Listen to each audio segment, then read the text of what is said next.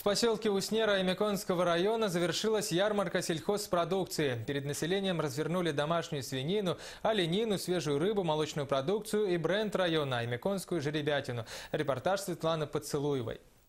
Уже второй год администрация района организует приезд местных сельхозпроизводителей для участия в ярмарке. Конечно, ниже рыночных, да, сейчас мясо жеребятины в Хандыке по 500 рублей продают, в городе она свыше 600 рублей, а мы здесь продаем по 400, кто по 380, кто по 400. Для нас, своих земляков, для уснерцев, конечно, надо привезти, тоже продавать для населения. Ярмарка удалась, конечно, хотелось бы отметить это. Ну и хорошо, настроение есть. Покупатели довольны, как вы считаете? Довольны.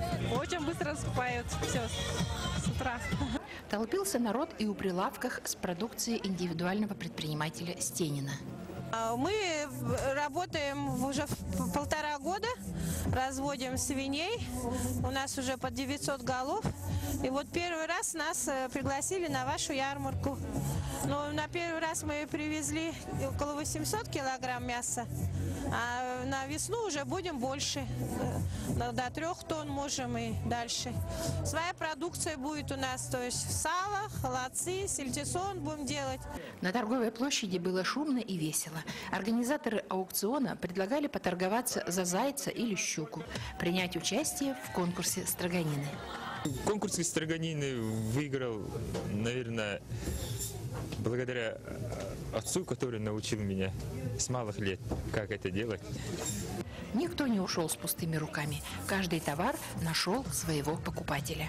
Мне отрадно, что проведение подобной ярмарки становится в нашем районе уже доброй традицией.